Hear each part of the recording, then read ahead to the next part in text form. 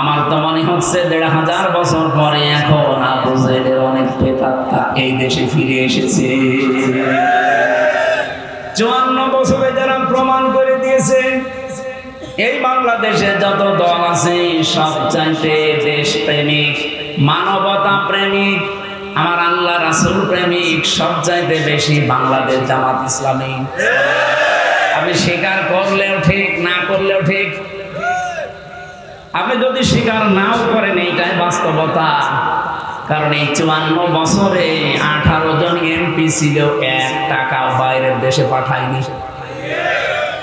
আমি কি বানিয়ে বললাম? ২ জন মন্ত্রী ছিল, ১টা টাকা তাদের বাইরের দেশে পাচার হয়নি, এবং কি ১টা টাকা তারা মারিং কাটিং করেনি। শহীদ মাওলানা মতিউর রহমান নিজামী রহমতুল্লাহ আলাইহি মন্ত্রিত্ব পালন করার পর ৩৬ টাকা বেশি ছিল, ওইটাও রাষ্ট্রকে ফেরত দিয়েছে। বাংলাদেশের ইতিহাসে এই প্রথম, এই রেকর্ড কেউ ভাঙতে আজও পারেনি। আমি আজকে একটা জরিপ পেয়েছি, এই দেশে অন্যের কথা বাদ দিলাম, এই জরিপটা দেখার পরে আমার মাথা হালকা ঘুরছিল। একটু দেখেন তো কেমন লাগে। বিদেশে বাড়ি বানিয়েছে, বাংলাদেশে বাদ, শুধু বিদেশেই বাড়ি বানিয়েছে ৫৮০টা। ভূমি মন্ত্রী ছিল সাইফুজ্জামান। দরবেশ বলে যারা মনে করতাম, মাথার চুল থেকে পায়ের স্যান্ডেল পর্যন্ত সাদা। আমার মনে হয় ভেতরেও সব সাদাই হবে। আমি নিচে নামলাম, এত বড় একটা দরবেশ, এই লোকটার ফেরেশতা দেখেন ৫৮,০০০ কোটি টাকা। এত বড় চোর এই পৃথিবীতে আমার মনে হয় আর আসবে কিনা আমি জানি না। ৩ নম্বরে এস আলম, ওনারা ১৫৩৯ কোটি টাকা চুরি করেছে, ৭৫,০০০ কোটি টাকা চুরি করেছে শুধু ইসলাম ব্যাংক থেকে। ৪ নম্বরে পেয়েছে আল্লাহর ওলি বিদ্যুৎ প্রতিমন্ত্রী নসরুল হামিদ বিপ্লবী। ১৬টা দেশে তার সম্পদের সন্ধান পাওয়া গেছে। অল্প দেশে তো নাকি। কয়েকদিন আগে আমি একটা দেশে গিয়েছিলাম, যে হোটেলে উঠেছিলাম, হোটেলে ওঠার পরে নিচে নামলাম চা খাওয়ার জন্য। দেখি ২ জন শয়তান বসে বসে চা খাচ্ছে। আমারে বলছে, হুজুর দোয়া করেন, আমরা আগেই পালিয়েছি। আপনি পালালেন কেন? আপনার না ৬২০টা বাড়ি দেশে বিদেশে মিলে, ৫৮০টা তো শুধু বাইরের দেশে। যে দেশে পালিয়েছে লোকটা, ওই দেশেও তার বাড়ি আছে সাহেব পাড়া, কিন্তু থাকতে পারে না, চুরি করে থাকে হোটেলে, মাঝে মাঝে নিচে নামে কিছু নেওয়ার জন্য। ৬২০টা বাড়ি আপনার, আর আপনি হোটেলে থাকেন এত টাকা বিল দিয়ে। যে ২০ লাখ বাঙালি থাকে দেশে, বাইরে যে মায়ের খাবো, ভত্তা বানিয়ে খাবো। যারা দেশের সম্পদ পাচার করেছেন তাদের সাথে আমি যে তুলনা দিলাম, ১৮ জন এমপি, ২ জন মন্ত্রীর, শুধু তাই না ২০০-র উপরে তারা উপজেলা চেয়ারম্যান উপহার দিয়েছে সারা দেশে, একটাও কোনো দুর্নীতি করে নাই। ১২২৬ জনের উপরে প্রায় ভাইস চেয়ারম্যান ছিল উপজেলার, তাদেরও ১ টাকা দুর্নীতি পাওয়া যায়নি। ২০০০-এর উপরে ৫,০৫২ জনের উপরে প্রায় ইউনিয়ন চেয়ারম্যান ছিল সারা দেশ মিলে, ১টা টাকা তাদেরও দুর্নীতি পাওয়া যায়নি। এমনকি মেম্বার ছিল, ইউনিয়নের মেম্বার, যতগুলো মেম্বার উপহার দিয়েছিল মেম্বার পর্যন্ত দুর্নীতি করে নাই। আপনি আর কাকে দেখতে চান?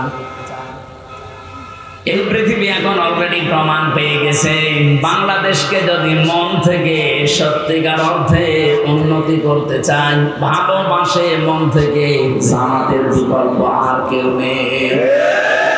৫৪ বছর আমরা সবাইকে প্রায় দেখে ফেলেছি। কি কথা বলে না? চাচাকে দেখেছি, বউকে দেখেছি, ভাবিকে দেখেছি, আর কাকে দেখবেন? এখন আমার মনে হচ্ছে সবার মুখে এই স্লোগানটা জারি হয়ে গেছে, জামাতকে দেখতে চাই। আল্লাহ যেন কবুল করেন, বলেন আমিন।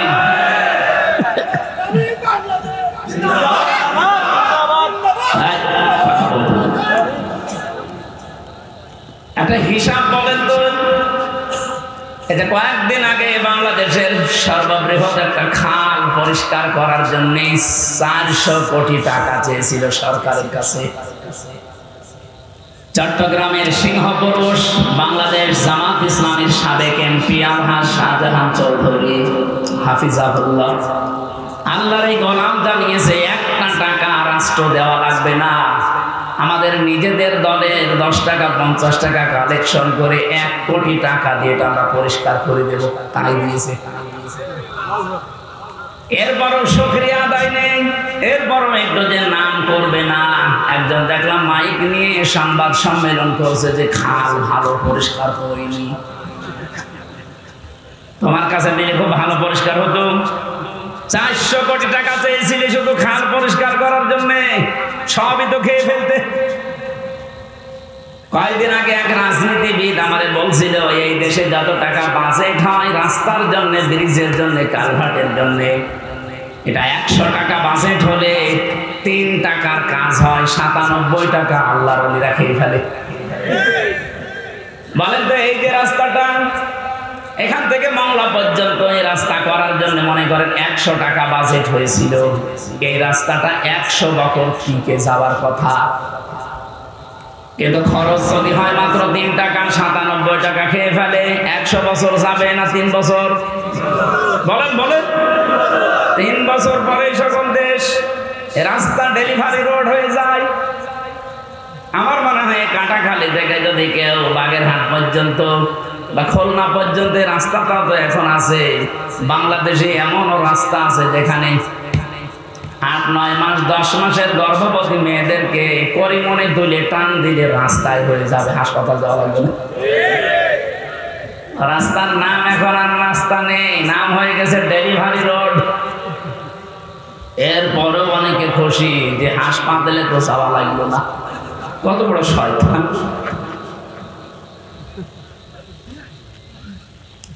দুঃখজনক, বলতাম না বলছি, গতকাল যে ভিডিও করে বেড়াই এই ছেলেটার সন্তান হয়েছে, অ্যাম্বুলেন্সে নিয়ে হাসপাতাল পর্যন্ত যেতে যেতে রাস্তায় ঝাঁকিতেই মরে গেছে। ইন্না লিল্লাহি ওয়া ইন্না ইলাইহি রাজিউন। বাগেরহাটবাসী, এটা রেকর্ড হচ্ছে, আমি খোলামেলা বলছি, এদেশে যাদেরকে অবৈধ বানানোর জন্য 54 বছর চেষ্টা করেছে, জাতি এখন বুঝে ফেলেছে যে এরা দেশের আসল বৈধ নাগরিক। রাজাকারের ট্যাগ দিয়ে এতদিন পর্যন্ত জাতিকে যে আউল ফাউল বুঝিয়েছে, গত সরকার কিন্তু এই দেশে রাজাকারের তালিকা পর্যন্ত প্রকাশ করেছে। যাদেরকে রাজাকারের ট্যাগ দিয়েছেন সারা দুনিয়ার মানুষকে জানিয়েছেন এরা যুদ্ধ অপরাধী।